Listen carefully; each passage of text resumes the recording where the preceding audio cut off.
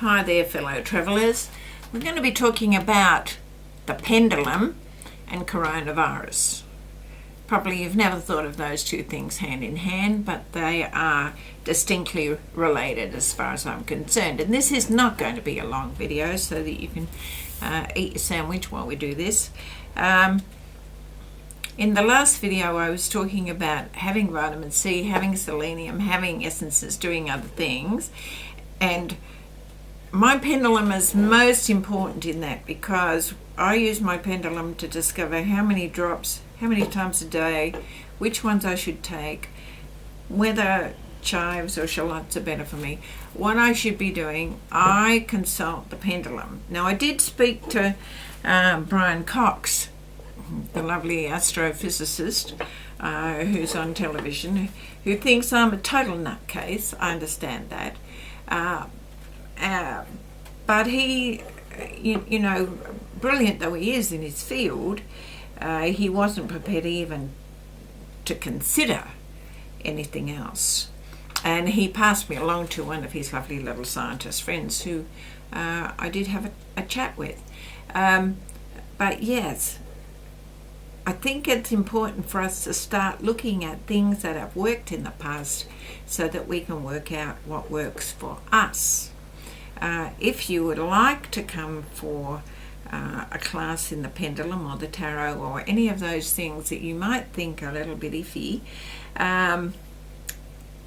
reserve your judgment.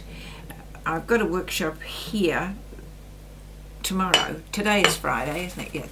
I've got a workshop here tomorrow, so come tomorrow between 2 and 4 and do our workshop on the pendulum and tarot. I think it will be worthwhile for you, even if it just concentrates your mind on what you need to be doing now to build your immune system. So please think about that and do come. It's so important that you become self-sufficient.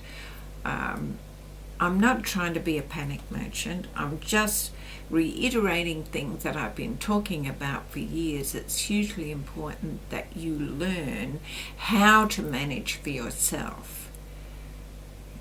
You know, the fact that the Coles doesn't have toilet paper doesn't impact me at all.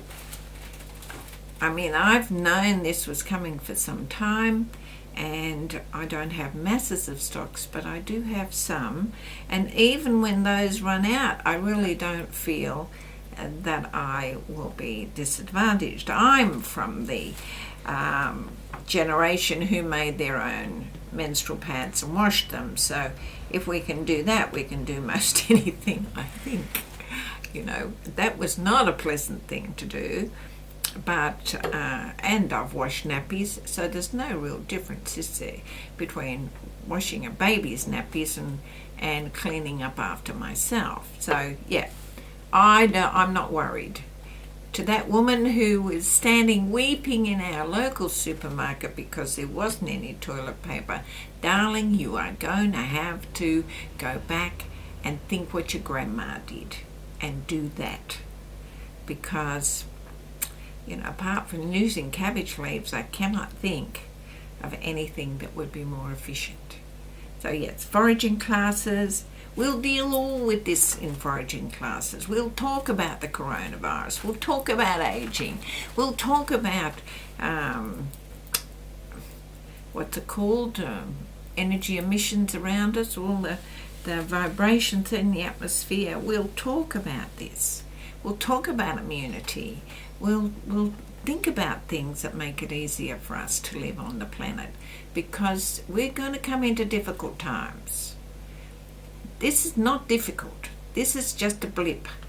But things will get difficult and we will have to deal with them. So you might as well start thinking about them now with me.